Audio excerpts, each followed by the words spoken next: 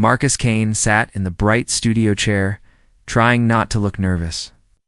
The lights were too hot, and the alien cameras made strange buzzing sounds as they moved around him. I'd been to many dangerous places in his life, but somehow this felt worse than any battlefield. The studio was huge, bigger than any building back on Earth. The walls were made of some kind of crystal that changed colors every few seconds. Red, blue, green, purple, it never stopped moving. Marcus felt dizzy watching it, so he looked down at his hands instead. Around him sat the strangest crowd he had ever seen. There were tall blue aliens with 4 arms, short gray ones with big black eyes, some that looked like walking trees, and others that seemed to be made of living metal. They all stared at him like he was some kind of animal in a zoo. Marcus touched the small wooden cross that hung around his neck. It was old and worn smooth from years of handling. His daughter Katie had given it to him before she died in the war on Mars. The wood was dark brown now, and one arm of the cross had a small crack in it. But it was the most important thing he owned. "Ladies, gentlemen, and beings of all kinds," came a loud voice from somewhere above. "Welcome to Cosmic Perspectives, the galaxy's #1 talk show. I am your host, Vex Corleone." The crowd cheered and clapped. Some made weird clicking sounds, and others just flashed different colored lights. Marcus had learned that all these sounds meant the same thing as human clapping. Vex Corleone walked onto the stage. Marcus tried not to stare. The host was a Zentari, one of the most advanced alien races in the galaxy. He was tall and thin, with purple skin that seemed to glow under the lights. His head was twice as big as a human head, and his eyes were completely black. He wore expensive clothes that seemed to change color just like the walls. "Today we have a very special guest," Vex said, his voice smooth but cold. "Marcus Kane, diplomat from the planet Earth. He is here to talk about how humans are trying to fit into our great galactic family." More cheering from the crowd. Marcus stood up and walked to the guest chair. It was made for someone much taller than him, so his feet barely touched the floor. He felt like a child sitting in his father's chair. "So, Marcus Kane," Vex said, sitting across from him, "tell us about humanity. What makes your species think it belongs among the great civilizations of the galaxy?" Marcus had practiced this answer many times. "Well, humans have always been explorers. We never give up, even when things get hard. We believe in helping each other and working together." Some of the aliens in the crowd made what sounded like laughing noises. Vex smiled, showing teeth that were too sharp and too white. "How interesting," Vex said. "But let's be honest. Humans only left their home planet 300 years ago. Most of the races here tonight have been traveling the stars for thousands of years. What could such a young species possibly teach us?" Marcus felt his face get hot. Age doesn't always mean wisdom. Sometimes fresh eyes can see things that old ones miss. "Fresh eyes?" Vex laughed. "Or perhaps just ignorant ones." The crowd laughed too. Marcus gripped the arms of his chair tighter, but kept his voice calm. "I think every species has something valuable to offer." "Do you really?" Vex leaned forward in his chair. "Then tell me, what does humanity offer that we don't already have?" "We have the Altarians for science, the Keth for engineering, the Vorlons for philosophy. What do humans do best?" Marcus thought for a moment. "We care about each other, even strangers, even enemies." This time the laughter was louder. Some aliens made sounds like dogs barking. Others flashed angry red lights. "Care about enemies?" Vex shook his head. "That sounds like weakness to me. In space, weakness gets you killed." "Sometimes what looks like weakness is really strength," Marcus said quietly. Vex's black eyes narrowed. "Speaking of weakness, I notice you wear a curious ornament around your neck. What is that primitive thing?" Marcus's hand went to his cross without thinking. "It's a cross. It has meaning for many humans." "May I see it?" Vex asked, but he was already gesturing to one of his assistants. The assistant, a small robot with many arms, rolled over to Marcus. "I'd rather not," Marcus started to say. "Oh, come now," Vex interrupted. "We're all friends here. Show our audience this fascinating artifact." Marcus knew he couldn't refuse without looking rude. Slowly, he lifted the cross over his head and handed it to the robot. The robot carried it to Vex, who held it up to the lights. "Look at this, everyone," Vex said, turning the cross so the cameras could see it from all sides. Carved wood, crude workmanship. No technology at all. This is what humans consider sacred. The crowd made more laughing sounds. Marcus felt his cheeks burn, but he kept quiet. "Tell me, Marcus Kane," Vex continued, "what exactly is this supposed to represent? What could be so important about two pieces of wood nailed together?" "It represents sacrifice," Marcus said. "Someone who died to save others." "How wonderfully primitive," Vex said with fake amazement. "You worship death and suffering. How very human." "We don't worship death," Marcus said, his voice still calm but getting stronger. "We remember that some things are worth dying for." "Like what?" Vex asked, waving the cross around carelessly. "Like protecting people who can't protect themselves. Like standing up for what's right, even when it's hard.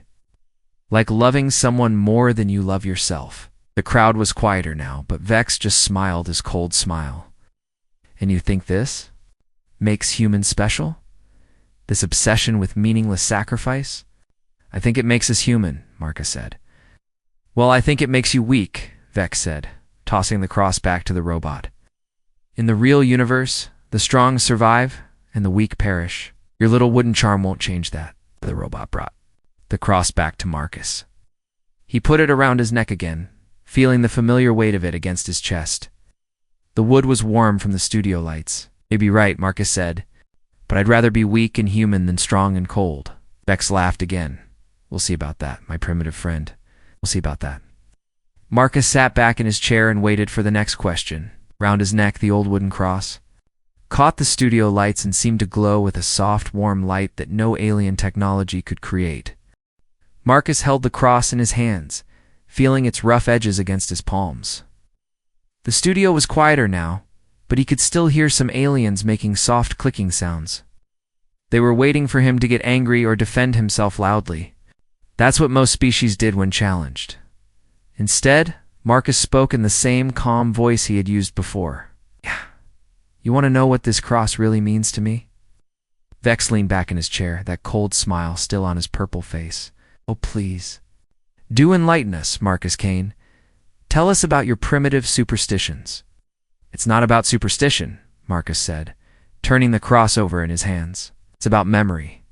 This cross reminds me of something that happened a long time ago, before humans ever left Earth." The crowd grew even quieter. Some of the aliens leaned forward in their seats. Even the camera robots stopped their buzzing and focused on Marcus. "There was a man," Marcus continued, "who lived on Earth about 2,000 years ago. He could have been a king or a great warrior. He was smart enough, strong enough. But instead, he chose to help the poor and the sick. He told people to love their enemies, to forgive those who hurt them." "How foolish," Vex interrupted. "Love your enemies. That's the fastest way to get killed," maybe Marcus said. That's exactly what happened to him. The powerful people of his time didn't like what he was teaching, so they killed him. They nailed him to a cross made of wood, just like this one. Marcus held up his cross so everyone could see it. But here's the strange part. He didn't fight back. He didn't call for his followers to save him. Even while he was dying, he asked his God to forgive the people who were killing him. Several aliens made confused sounds. A tall blue creature with 4 arms raised one of them. "Why would anyone do such a thing? It makes no sense." "That's what I used to think too," Marcus said. "I was a soldier for most of my life. I believed in fighting back and being stronger than your enemies. Then I lost my daughter in the war on Mars." The studio became completely silent. Even Vex stopped smiling. Marcus touched the cross gently. Katie was 22 years old. She was a medic, not a fighter. Oh. Her job was to help wounded soldiers no matter which side they were on. Human soldiers, alien soldiers, it didn't matter. To her, his voice stayed steady, but his eyes looked far away. One day, her medical station was attacked. She could have run away and saved herself. Instead, she stayed to help 3 wounded enemy soldiers who couldn't move. The building collapsed on all of them. Marcus was quiet for a moment. The only sound in the studio was the soft humming of the alien technology. They found her body covering one of the enemy soldiers, he continued. She had used her own body as a shield to protect him. The soldier lived. Katie didn't. One of the tree-like aliens made a sound like wind through leaves. It was the way his species showed sadness. I was so angry, Marcus said.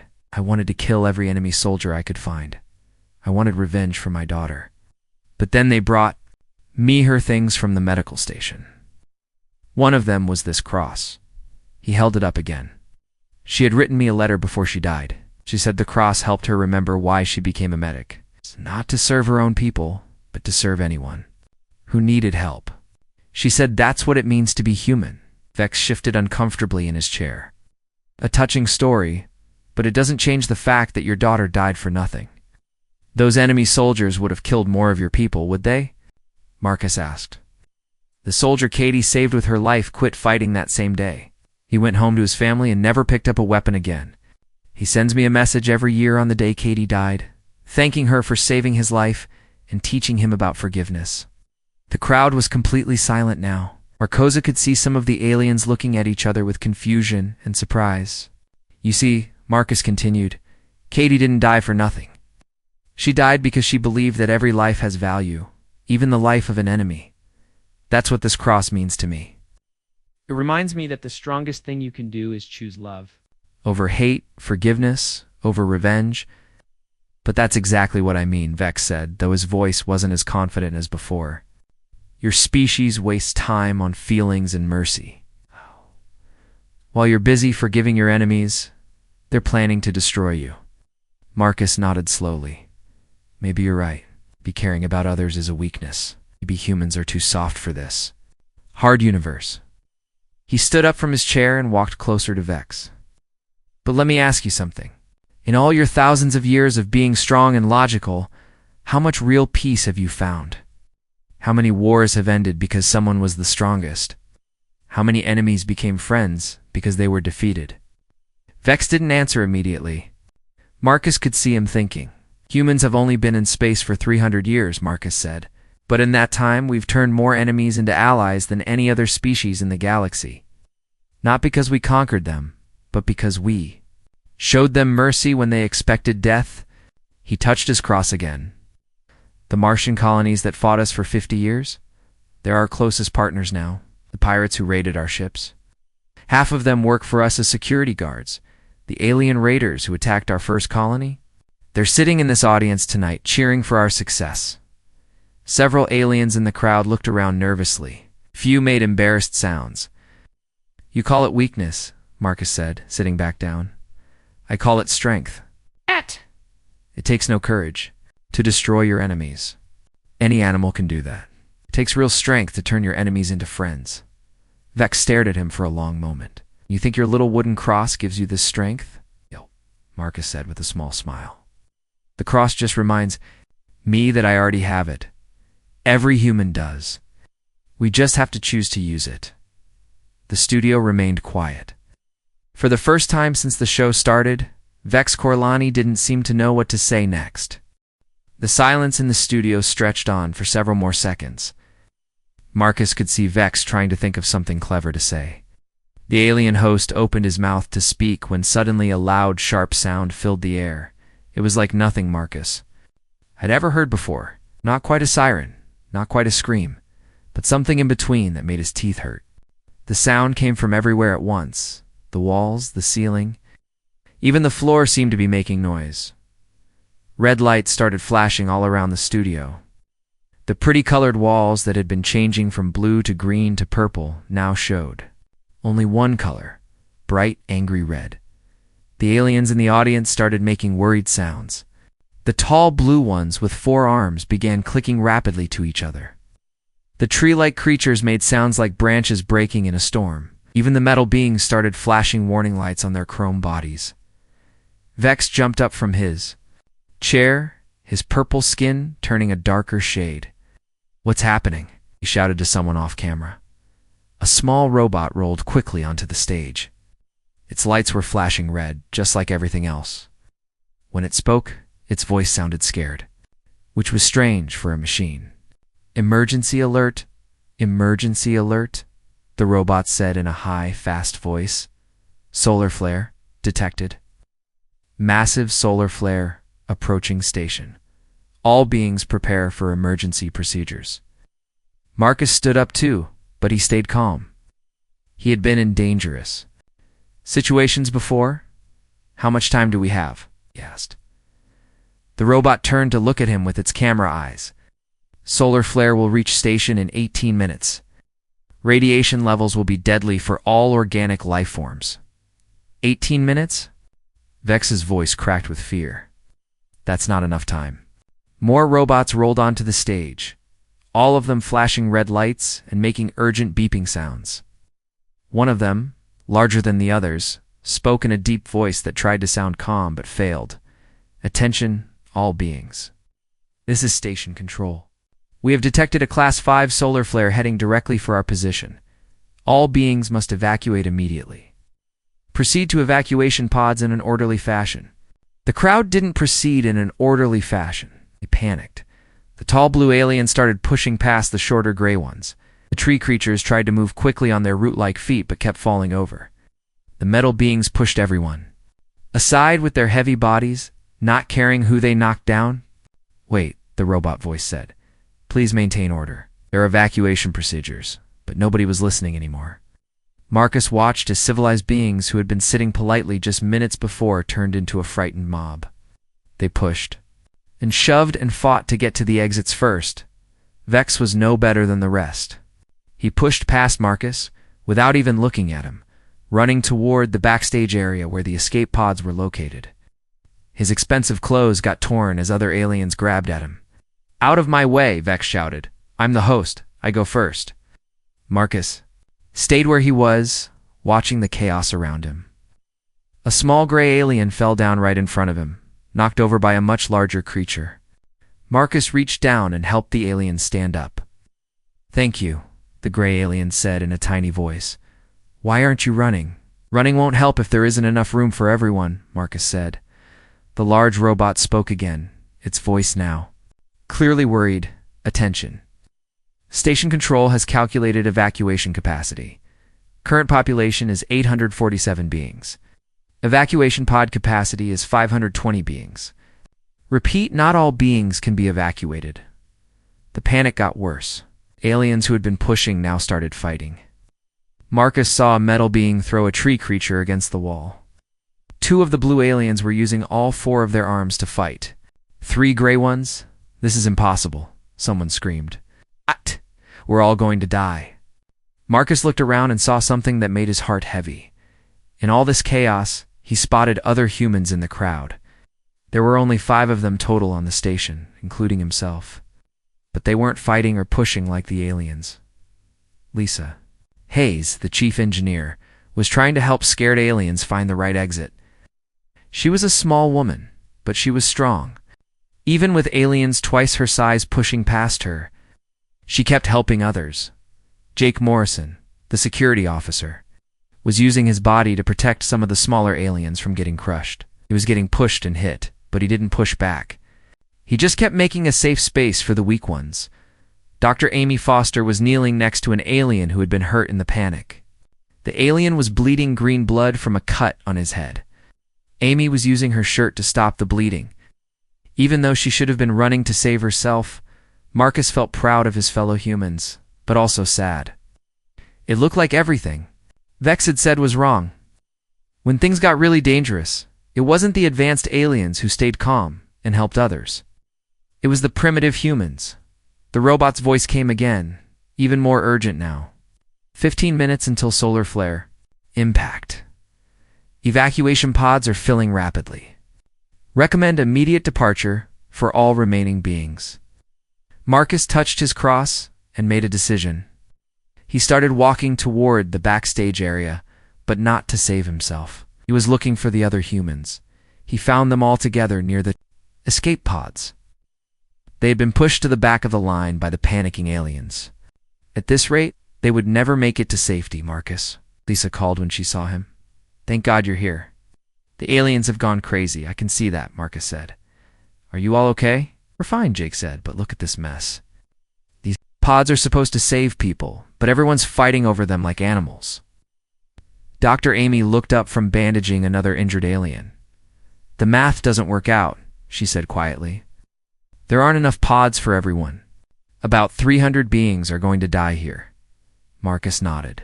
He had figured that out too, and we need to make sure the right ones get saved. What do you mean? Lisa asked.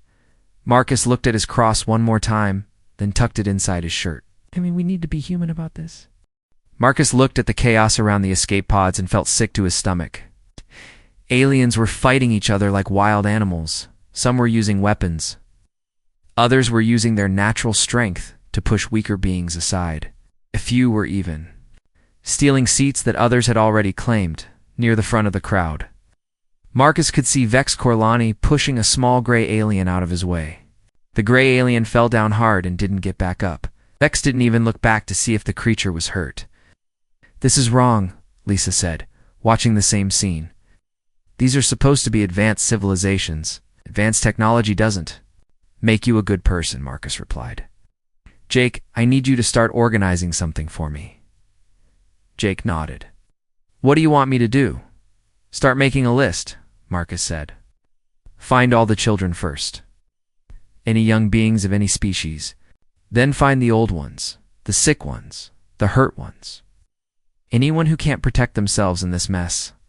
Marcus, Dr. Amy said softly, you know what you're saying, right? If we put them first, there might not be room for us. Marcus touched the cross under his shirt. I know exactly what I'm saying.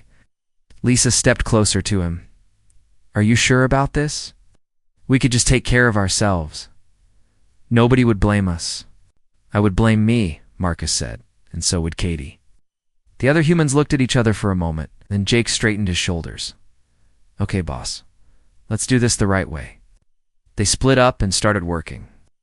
Jake went to find the youngest aliens in the crowd. Lisa began looking for anyone who was hurt or too weak to fight for themselves. Dr. Amy kept helping injured beings. Even though time was running out, Marcus walked straight into the middle of the fighting crowd. Aliens were screaming at each other in languages he didn't understand, but anger sounded the same in every language. Listen to me. Marcus shouted as loud as he could. A few aliens looked at him, but most kept fighting. Listen. Marcus shouted again, this time climbing up on a chair so everyone could see him. More aliens stopped fighting and turned to look at the humans standing above them. You're all going to die if you keep this up, Marcus said. Fighting each other won't create more escape pods. It will just waste the time we have left. A tall metal alien spoke up. Easy words from someone who doesn't understand. There aren't enough pods for everyone. Some of us must die. You're right, Marcus said. Some will die. We can choose how we handle that. We can die like animals, fighting and scared. Or we can die like civilized beings, making sure the right ones get saved. Who decides who is right? Asked one of the blue aliens. You? Not me, Marcus said. Common sense. Children first. Old ones who can't fight for themselves. Injured beings who need help. Parents who have families waiting for them. That's how civilized people handle disasters. Several aliens made angry sounds. Why should we listen to a primitive human? Someone shouted from the back. Because, Marcus said calmly, right now, this primitive human is the only one here acting civilized. Ow. Marcus was talking to the crowd. His fellow humans were working. Jake had found 12 young aliens of different species. Some were crying, some were too scared to make any sound at all. He was keeping them together in a safe corner. Lisa had found 6 very old aliens who couldn't move quickly. One was so old. He couldn't even stand up by himself. She was helping him drink some water while they waited. Dr. Amy had counted 11 injured aliens. Some had been hurt in the fighting. Others had been hurt when the emergency started. She was doing her best. To treat them all with the medical supplies she had, a robot rolled up to Marcus. 12 minutes remaining until solar flare impact, it said. Marcus nodded and looked at his humans. They had identified about 30 aliens who needed help the most. The escape pods could take about 520 beings total. That meant there was still room for about 490 others. Okay, everyone, Marcus called out. We're going to do this in an organized way. Children and injured beings get on the pods first, then the elderly, then everyone else in order. Who put you in charge? Vex appeared. At the front of the crowd, his expensive clothes were torn and dirty from fighting.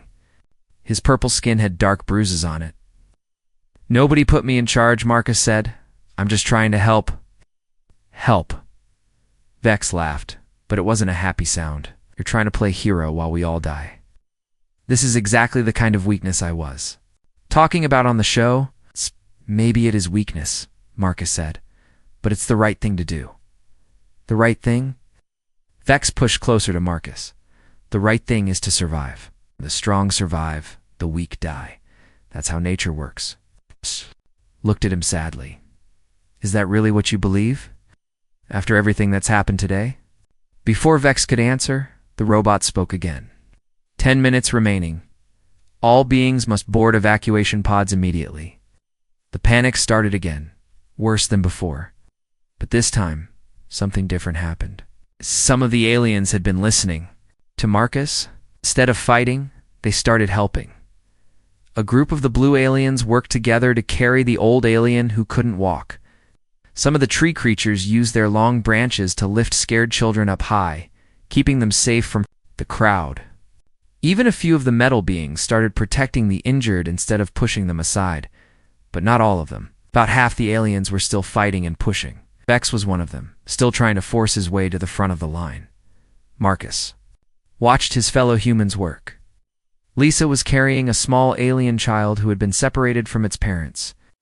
Jake was helping injured beings walk to the escape pods. Dr. Amy was still treating wounds, using her own clothes as bandages. None of them were trying to save themselves first. They were all putting others before their own safety. Marcus felt proud of them. This was what it meant to be human, not the smartest species, not the strongest, not the most advanced, but the most willing to help others, even when it cost them everything. The robot's voice came again, more urgent than ever. 8 minutes remaining. Immediate evacuation required. Marcus looked around the chaos one more time. He made a decision that would change everything. Marcus made his decision quickly.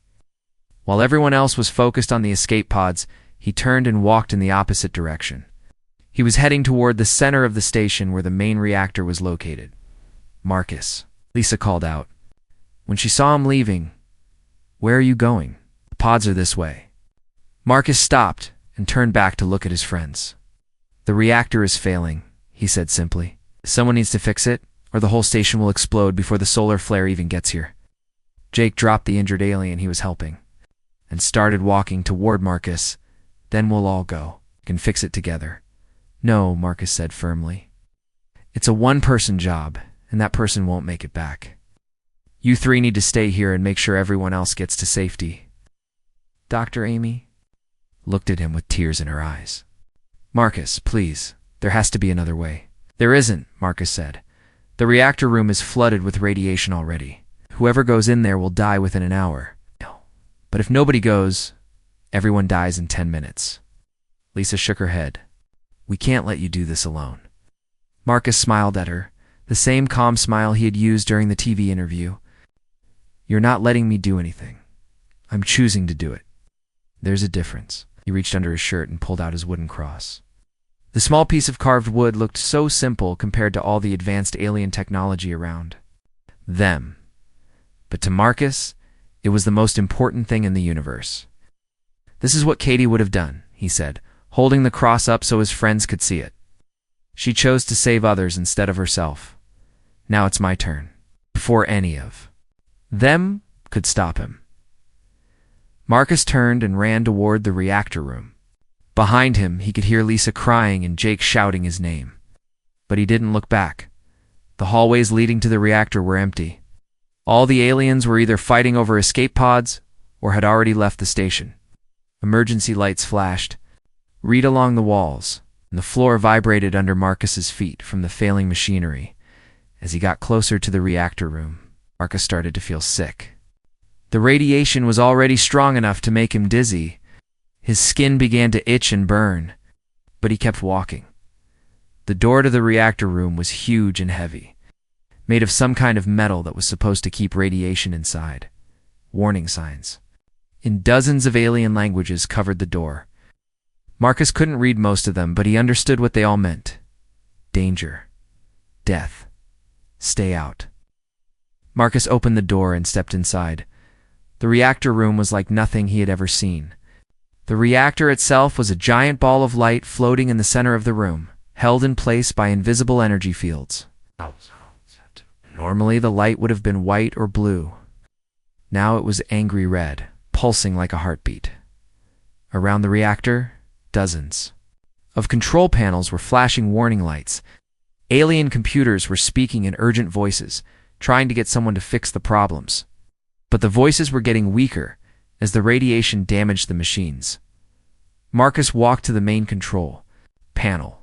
He wasn't an engineer like Lisa, but he had learned enough about alien technology to understand the basics. The reactor's containment field was failing. Without it, the reactor would explode and destroy everything within 1,000 miles. He found the manual controls and started working. His hands were already shaking from the radiation, but he forced them to stay steady. Katie's cross swung back and forth on its chain as he worked, catching the red light from the failing reactor. "Attention," came a voice from the station's communication system. "This is station control. Evacuation pods are launching. 6 minutes until solar flare impact." Marcus smiled as he worked. His friends were getting people to safety. The most vulnerable beings would survive because humans had to organize the evacuation properly. That was worth everything. The radiation was getting stronger. Marcus could feel it burning him from the inside out, but the containment field was slowly stabilizing. Had to hold the manual controls in place for the field to stay strong. If he let go, it would fail again. 5 minutes until solar flare impact, the voice said. Marcus activated the station's communication system with his free hand. If he was going to die here, he wanted to say something first. "This is Marcus Kane," he said into the microphone. His voice was broadcast throughout the station and to all the escape pods that had already launched. "I want everyone to know what's happening here." He looked at his cross, which was now glowing red from the reactor light. "I'm in the reactor room, holding the containment field together manually. The station won't explode now, so everyone is safe from that. But I can't leave. This position, or the field, will fail again." Marcus could hear his own voice echoing through the empty hallways of the station. He wondered if Vex was listening from his escape pod. "I want to tell you all about this cross I wear," Marcus continued. "I know some of you think it's primitive and meaningless, but it reminds me of something important. It reminds me that the best way to live is to be willing to give your life for others." The radiation was making it hard to think clearly now. Marcus felt dizzy and sick, but he kept talking. "My daughter Katie taught me that. She died saving enemy soldiers because she believed every life was worth saving. She wore a cross just like this one." Marcus held up the cross with his free hand. "Even though nobody could see him, this cross doesn't make me strong, but it reminds me that I already am strong. Strong enough to choose love over fear. Strong enough to save my enemies as well as my friends." 3 minutes until solar flare impact, the voice announced. "I don't expect everyone to understand," Marcus said, "but I hope some of you will remember this. Remember that sometimes the strongest thing you can do is sacrifice yourself for others. Remember that primitive humans knew something your advanced civilizations forgot." Marcus was getting weaker. The controls were getting harder to hold steady. "Tell my friends Lisa, Jake, and Amy that I'm proud of them. Tell them they showed everyone what it really means to be human today." 2 minutes until solar flare impact. Marcus looked at his cross one last time. "Katie," he whispered, "I'm coming to see you soon. I hope I made you proud." The containment field held strong. The station was safe. And Marcus Kane closed his eyes and waited for the end. 3 days later, Marcus Kane died in the medical bay of the rescue ship New Hope. He never woke up after they pulled him from the reactor room. The radiation had burned him too badly inside, but he had lived long enough for the doctors to save 847 beings from the space station. Dr. Amy Foster sat beside his bed when he took his last breath. Lisa Hayes held his hand. Jake Morrison stood at attention like a soldier saying goodbye to his commander. Around Marcus's neck, the wooden cross still hung on its simple chain.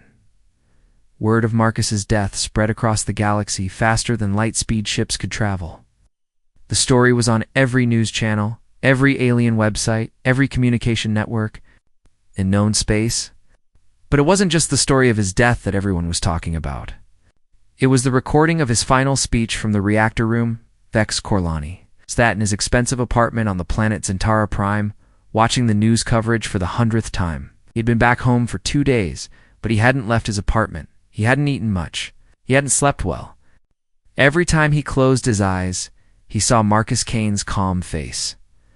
The news showed the video footage from the space station. There was Vex himself, pushing past smaller aliens, fighting for a place on the escape pods. There was Marcus, organizing the evacuation, making sure children and old beings got saved first. The contrast was impossible to ignore. The human diplomat Marcus Kane sacrificed his life to save 847 beings of 23 different species, the news reporter said. Among those saved were 67 children, 34 elderly beings, and 82 injured individuals who could not have escaped on their own. Vex turned off the news and walked to his window. Outside, he could see other Zentari going about their normal lives. They were shopping, working, laughing with friends. But something had changed in the past 3 days. Many of them were wearing small wooden crosses around their necks. It had started with the aliens who were on the space station. After they were rescued, some of them began making their own crosses out of wood, metal, or crystal. They said it helped them remember Marcus's sacrifice. The trend had spread from there. Now, beings all across the galaxy were wearing crosses, not because they believed in human religion, but because the cross had become a symbol of something bigger. It meant being willing to help others. It meant choosing sacrifice over selfishness. It meant being strong enough to care about your enemies. Vex's assistant, a small robot named Pip, rolled into the room. "Sir, there are 847 messages waiting for you. Many are from beings who are on the space station. I want to thank you for." Pip paused. "Actually, sir, they want to thank Marcus Kane, but they're sending the messages to you because you interviewed him." "Delete them all," Vex said quietly. "Sir, there are also 1,247 requests for interviews about Marcus Kane. Everyone wants to know what he was like in person. Delete those too." Pip's lights flashed with confusion. "Sir, this could be the biggest story of your career. The whole galaxy wants to hear about the human who saved everyone." Vex turned away from the window. "The whole galaxy should hear about him, but not from me. I don't deserve to tell his story." On the other side of the galaxy, on Earth, Marcus Kane was being buried in a small cemetery near his hometown. The funeral was simple, just like Marcus would have wanted. Lisa, Jake, and Amy were there, along with Marcus's brother and a few old friends from his military days. But the cemetery wasn't empty. Thousands of beings from dozens of species had come to Earth to pay their respects. There were aliens who had been on the space station, aliens who had heard the story, and aliens who simply wanted to honor what Marcus represented. They stood quietly in the back while the human ceremony took place. Many of them wore crosses. Some held flowers from their home worlds. Others carried small gifts they wanted to leave at Marcus's grave. When the human ceremony was finished, the aliens were invited to come forward. One by one, they approached the grave. An old Altarian scientist left a crystal that would glow forever. A young Kethian engineer left a piece of perfectly crafted metal shaped like a cross. A family of tree beings planted a small seedling that would grow into a memorial forest. The last to approach was a being that surprised everyone. It was the enemy soldier that Marcus's daughter Katie had died saving on Mars 15 years ago. He was older now, with gray in his fur and lines around his eyes. He walked slowly to the grave and knelt down. "Thank you, Marcus Kane," he said in careful English. "Your daughter saved my life, and you saved my soul. I'll never forget what humans taught me about forgiveness." Placed a small wooden cross next to the gravestone and stood up. "I have been making these crosses for 15 years, he said to the crowd. "One for every year since Katie Kane died for me." Now I understand why she did it. Back on Zentara Prime, Vex Corlani made a decision. Within minutes, billions of beings across known space were watching him. Vex looked different than he had during the interview with Marcus. His expensive clothes were gone, replaced by simple, dark clothing. His arrogant smile was gone too. He looked tired and sad, but also somehow stronger than before. "My name is Vex Corlani," he began. 3 days ago, I interviewed a human named Marcus Kane on my show. I mocked him. I insulted his beliefs. I called his people weak and primitive. Vex paused and looked directly into the camera. I was wrong about everything. He reached into his pocket and pulled out a small wooden cross. It was roughly made, carved with his own hands over the past 3 days. Marcus Kane was the strongest being I've ever met, Vex continued. He showed me what real strength looks like. It's not about being the biggest or the smartest or having the best technology. Real strength is about choosing to help others, even when it costs you everything. Vex held up the cross so everyone could see it. This cross doesn't represent human religion. It represents human values. It's values that the rest of us forgot somewhere along the way. It's values like sacrifice, love, and forgiveness. He put the cross around his neck. From today forward, I will wear this cross to remind me of Marcus Kane and what he taught me. I will remember that the most advanced civilization in the galaxy is not the one with the best ships or the biggest weapons. It's the one that cares the most about others. Vex looked into the camera one last time. Marcus Kane called humans primitive. Maybe they are. But if being primitive means being willing to die for strangers, then I hope we can all learn to be a little more primitive. The broadcast ended, but the message spread. Within a week, wearing a cross had become a sign of honor throughout the galaxy. Schools began teaching the Marcus Doctrine, the idea that true strength comes from helping others. Wars ended as former enemies remembered Marcus's example of forgiveness.